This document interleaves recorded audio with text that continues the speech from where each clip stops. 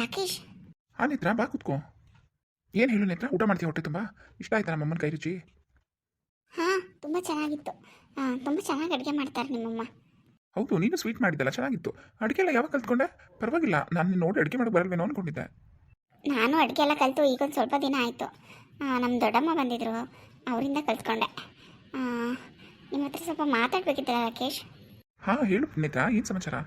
ಅದೇ, ನಾವಿಬ್ಬರು ಒಂದು ವಾರ ಎಲ್ಲಾದರೂ ಹೊರಗಡೆ ಹೋಗಬೇಕು ಅಂದ್ಕೊಂಡಿದ್ವಲ್ಲ, ಎಲ್ಲಿ ಹೋಗೋಣ, ಏನು ಪ್ಲ್ಯಾನ್ ಮಾಡಿದ್ರಿ, ಅದ್ರ ಬಗ್ಗೆನೇ ಕೇಳೋಣ ಅಂತ ಬಂದೆ. ಹಾಂ ನೇತ್ರ, ಮೊದಲು ಅಮ್ಮನ ಹತ್ರ ಮಾತಾಡಬೇಕು, ಆಮೇಲೆ ಪ್ಲಾನ್ ಮಾಡೋಣ, ಆಯಿತಾ? ಅಮ್ಮನ ಹತ್ರ ಮಾತಾಡಬೇಕಾ? ಅಲ್ಲ, ನಾವು ಒಂದು ವಾರ ಲೀವ್ ಹಾಕಿರೋದೇ ಅದಕ್ಕಲ್ವಾ? ಈಗೇನು ಮಾತಾಡೋದು ಹೊಸದಾಗಿ? ಹೇಳ್ಬಿಡಿ ಅವ್ರಿಗೆ ಹೋಗ್ತಿದ್ದೀವಿ ಅಂತ ಅಷ್ಟೇ. ಅದೇ ಹೇಳಬೇಕು, ಫಸ್ಟ್ ಅವ್ರ ಹತ್ರ ಹೇಳ್ಬಿಟ್ಟೆ ನಾನು ಪ್ಲಾನ್ ಮಾಡಬೇಕಲ್ವಾ. ಪಾಪು ಬೇರೆ ಇದೆ, ಪಾಪು ನೋಡ್ಕೊಳಕ್ಕಾಗುತ್ತಾ ಅಮ್ಮಂಗೆ? ಏನು ಎಲ್ಲ ಕೇಳಿ ವಿಚಾರಿಸ್ಬೇಕು. ನಾನು ಮೊದಲು ಅಮ್ಮನ ಹತ್ರ ಮಾತಾಡ್ತೀನಿ, ಆಮೇಲೆ ಬೇಕಾದ್ರೆ ಪ್ಲಾನ್ ಮಾಡೋಣ, ಓಕೆನಾ? ಏನು ರಾಕೇಶ್ ನೀವು ಪಾಪು ಪಾಪು ಅಂತಿರ್ತೀರಲ್ಲ ಯಾವಾಗಲೂ? ಅದೇ ನಮ್ಮ ಮಗುನಾ? ನಿಮ್ಮ ಅಣ್ಣನ ಮಗು ತಾನೆ, ಅವ್ರ ಮನೆಗೆ ಬಿಟ್ಬಿಟ್ಟು ಹೋಗೋಣ ಅಷ್ಟೇ. ಹಾಂ ಆಯ್ತಾಯ್ತು, ಒಂದು ನಿಮಿಷ ಇರು, ನಾನು ಅಮ್ಮನ ಹತ್ರ ಮಾತಾಡ್ಕೊಂಡು ಬರ್ತೀನಿ. ಏನಾಗಿದೆ ಇವನಿಗೆ? ಮಗು ಮಗು ಅಂತಾನೆ, ಇನ್ನೊಂದು ಕಡೆ ಅಮ್ಮ ಅಮ್ಮ ಅಂತಾನೆ. ಒಳ್ಳೆ ಕತೆ ಆಯ್ತಲ್ಲ ಇವ್ರದ್ದು. ಥೂ, ಆಕಾಶ ಹಾಗೇನೆ ಅಮ್ಮ ಅಮ್ಮ ಅಮ್ಮ ಅಂತ ಅವ್ರ ಅಮ್ಮನ ಮಾತು ಕೇಳ್ಕೊಂಡು ನಂಗೆ ಡೈವರ್ಸ್ ಕೊಟ್ಟ. ಈ ಅಮ್ಮನ ಮಕ್ಕಳೇ ಸಿಗ್ತಾರೆ ನನಗೆ, ಒಳ್ಳೆ ಕರ್ಮ ಆಯಿತು. ಥೂ, ನಾವು ಒಂದು ವಾರ ರಜಾ ಹಾಕಿರೋದು ಎಲ್ಲಾದರೂ ಹೊರಗಡೆ ಆರಾಮಾಗಿ ಹೋಗಿ ಬರೋಣ ಅಂತ. ಈಗ ನೋಡಿದ್ರೆ ಅವ್ರ ಅಮ್ಮ ಮಗು ಅದು ಇದು ಅಂತ ಏನೇನು ಕತೆ ಹೇಳ್ತಿದ್ದಾನೆ. ಏನಾದರೂ ಮಾಡಲಿ, ನಾನು ಕರ್ಕೊಂಡು ಹೋಗಲೇಬೇಕು ಇವನು, ಇಲ್ಲಾಂದ್ರೆ ನಾನು ಸುಮ್ಮನೆ ಇರಲ್ಲ ಅಷ್ಟೇ. ಏನು ಮಾತಾಡ್ತಾನೆ ನೋಡ್ತೀನಿ ನಾನು.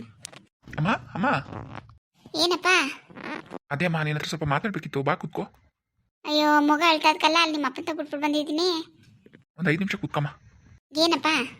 ಅದು ಅಮ್ಮ, ಆಫೀಸ್ಗೆ ನಾನು ನೇತ್ರ ಇಬ್ಬರು ಒಂದು ವಾರ ರಜಾ ಹಾಕಿದ್ದೀವಿ. ಅಯ್ಯೋ, ಒಳ್ಳೇದಾಯ್ತು ಬಿಡಪ್ಪ. ನಾನು ಅದನ್ನೇ ಹೇಳೇನೆ ಅನ್ಕೊಂಡಿದ್ದೆ, ಒಂದು ವಾರ ರಜಾ ಹಾಕಿ ಅಂತ. ರಜಾ ಹಾಕಿದ್ದೀರಾ? ಓ, ಹೆಂಗ ಒಳ್ಳೇದಾಯ್ತು ಬಿಡು. ಅದೇ ಅಮ್ಮ, ಒಂದು ವಾರ ರಜಾ ಹಾಕಿದ್ದೀವಿ, ಮದುವೆ ಆಯ್ತಲ್ವಾ ಇಬ್ಬರದು, ಆರಾಮಾಗಿ ಎಲ್ಲಾದರೂ ಸ್ವಲ್ಪ ದಿನ ಹೋಗಿ ಬರೋಣ ಅಂತ ಹೊರಗಡೆ. ಎಲ್ಲಾದರೂ ಹೋಗೋಕ್ಕೆ ಮುಂಚೆ ನಿಂಗೆ ಹೇಳೋಣ ಅಂತ ಬಂದೆ.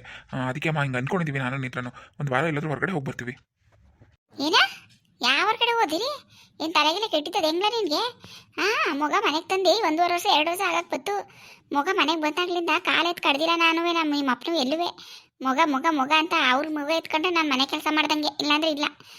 ಇಬ್ಬರಳುವೆ ಒಂದು ಗಳಿಗುವೆ ಮಗ ಬಿಟ್ಟು ಅಳ್ಳಾಡಕ್ಕಿಲ್ವಲ್ಲ, ಅದು ಎಷ್ಟೊತ್ತಿನಲ್ಲೂ ಅಳ್ತಾ ಇರ್ತದೆ. ಆ ಎಳೆ ಕೂಸ ತಂದ್ಬಿಟ್ಟು ನೀನು ಇಷ್ಟು ತಿನ್ಗಂಟ ನಮ್ಮ ಕಷ್ಟ ನಮ್ಗೆ ಕೂತದೆ. ಎಲ್ಗೋದೆ ನೀನು, ಎಲ್ಗೋದೆ? ಓ ಸರಿ ಬಿಡು. ನೋಡು, ನಾನು ನಿಮ್ಮ ಅಪ್ಪನೂ ಅದನ್ನೇ ಹೇಳ್ಬೇಕು ಅಂತ ಮಾತಾಡ್ಕೊತಾ ಇದ್ದೋ.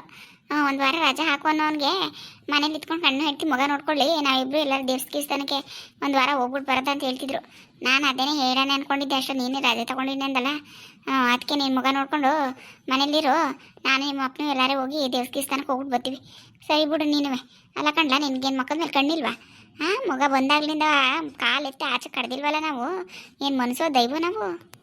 ರಾಕೇಶ್ ಏನು ಹೇಳ್ತಿದ್ದಾರೆ? ಅಲ್ಲ, ಮಗ ನೋಡ್ಕೊಂಡು ನಾವು ಮನೇಲಿ ಇರ್ಬೇಕಾ? ಇವ್ರು ಹೊರಗಡೆ ಹೋಗ್ತಾರ? ಏನಿದು? ಒಂದು ನಿಮಿಷ ಇರು ನೇತ್ರ, ನಾನು ಮಾತಾಡ್ತಾ ಇದ್ದೀನಲ್ಲ.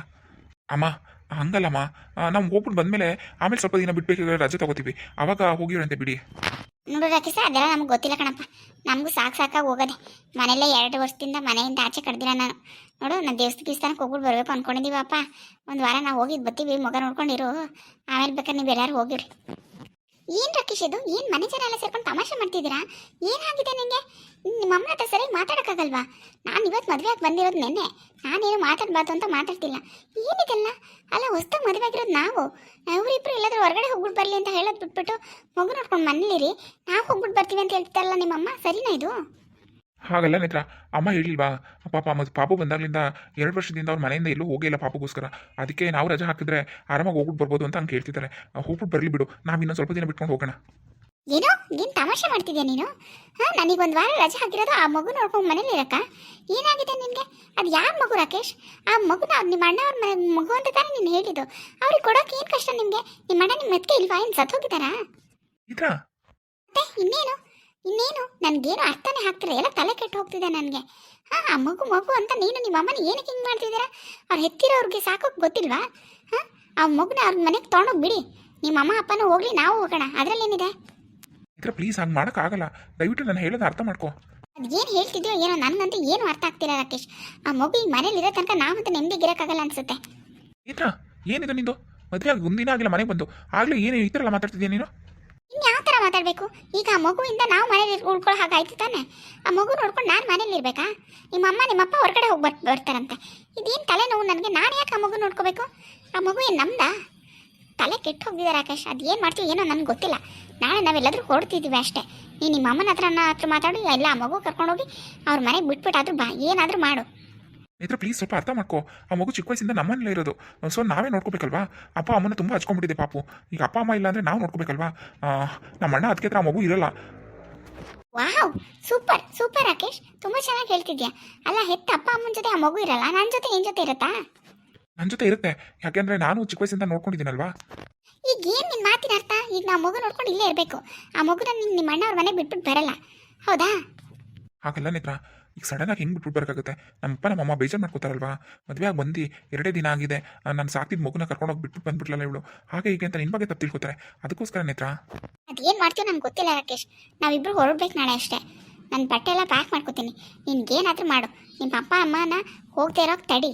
ಇಲ್ಲ ಅಂದರೆ ಆ ಮಗುನ ಕರ್ಕೊಂಡೋಗಿ ಅಲ್ಲಿ ಬಿಟ್ಬಿಡು. ನಿಮ್ಮ ಅಪ್ಪ ಅಮ್ಮನೂ ಹೋಗಲಿ, ನಾವು ಹೋಗೋಣ. ಒಟ್ಟಿನಲ್ಲಿ ನಾವು ಹೋಗಬೇಕಷ್ಟೇ. ಇದ್ರೆ ಏನಕ್ಕೆ ಇಷ್ಟು ಹಠ ಮಾಡ್ತಿದ್ಯಾ ನೀನು? ಆರಾಮಾಗಿ ಹೋಗ್ಬೋದಲ್ವಾ ಇನ್ನೊಂದು ಸ್ವಲ್ಪ ದಿನ ಬಿಟ್ಕೊಂಡು? ಈಗಲೇ ಏನು ಅರ್ಜೆಂಟ್ ಇದೆ ಹೇಳು? ನೋಡು, ಹೊಸ್ದಾಗಿ ಮದುವೆ ಆಗಿದ್ದೀವಿ ಅಂದ ತಕ್ಷಣ ಏನು ಅರ್ಜೆಂಟಾಗಿ ಹೋಗಬೇಕು ಅಂತ ಏನಿಲ್ಲ. ಮದುವೆ ಆದಮೇಲೆ ಸ್ವಲ್ಪ ದಿನ ಆದಮೇಲೆ ಹೋಗ್ಬೋದು. ಈಗ ಹೋಗ್ಬಿಟ್ಟು ಬರಲಿ, ಅವ್ರ ದೇವಸ್ಥಾನಕ್ಕೆ ತಾನೆ ಒಂದು 2-3 ದಿನದಲ್ಲೆಲ್ಲ ಬಂದ್ಬಿಡ್ತಾರೆ. ಅವ್ರು ಬಂದಮೇಲೆ ನಾವು ಹೋದ್ರೆ ಆಯಿತು. ಅಂದರೆ ಏನಂದೆ? ಅಂದರೆ ನಾವೀಗ ಎಲ್ಲೂ ಹೋಗಲ್ಲ, ನೀನೇನು ನನ್ನ ಕರ್ಕೊಂಡು ಹೋಗಲ್ವಾ?